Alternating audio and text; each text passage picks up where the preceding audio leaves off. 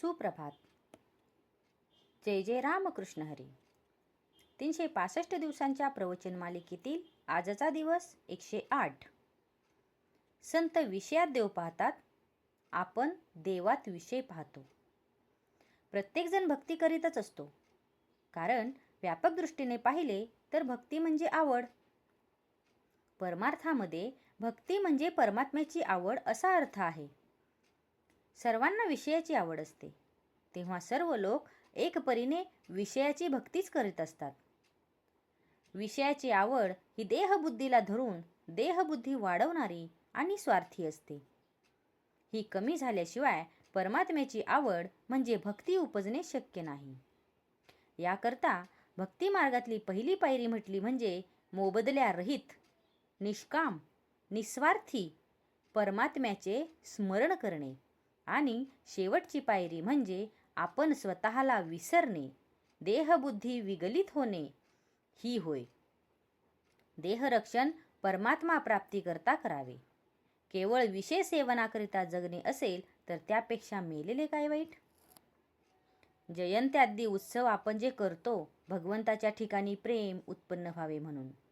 मुळात प्रेम नसेल तर ज्याच्यावर प्रेम असते त्याला आपण जो उपचार करतो तो उपचार करून प्रेम आणायचे असते.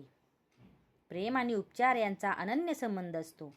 या उपचाराने भगवंताची संबंध वाढतो आणि त्यामुळे भगवंतावरचे प्रेम देखील वाढते. आई जशी आपल्या लहान मुलाला दागिने वगैरे घालते, त्याचे त्या लहान मुलाला काही सुख नसते, उलट थोडे दुःखच वाटते, पण त्यामुळे त्या आईला बरे वाटते म्हणून ती तसे करते. भगवंताला आपण दागिने वगैरे घातले तर ते आपण स्वतःच्या समाधानाकरता घालतो. वास्तविक पाहता भगवंताला काय कमी आहे. संत विषयामध्ये देव पाहतात, पण आम्ही मात्र देवामध्ये सुद्धा विषय काढतो. रामाची मूर्ती काय उत्तम घडवली आहे, देऊळ किती सुंदर बांधले आहे वगैरे आम्ही म्हणतो. आमची वृत्ती विषयाकार बनली म्हणून आम्हाला जिकडे तिकडे विषयच दिसतो. संतांची वृत्ती ही राममय असते, त्यांना सर्वत्र राम दिसतो. 13 कोटी जप केला म्हणजे रामाचे दर्शन होते असे म्हणतात. याचा अर्थ 13 कोटी जप व्हायला रोज 10-12 तास या प्रमाणात जवळजवळ 12 वर्षे लागतात.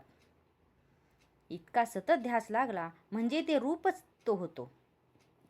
नाम कधीच वाया जात नाही. केव्हा केव्हा एखाद्याला दर्शन होत नाही तेव्हा त्याचे नाम दुसरीकडे खर्च झाले असे समजावे. मग ते विषय प्राप्ती करता असेल किंवा त्याचे पूर्वपाप घटत असेल. विषयाकरता नाम खर्च करू नये, नामाकरिता नाम घ्यावे. भगवंताचे नाम हेच आपले सर्वस्व आपल्याला वाटले पाहिजे. आजचा हा भाग तुम्हाला कसा वाटला हे कमेंट करून नक्की सांगा. कमेंटमध्ये लिहा. जय जय रामकृष्ण हरी.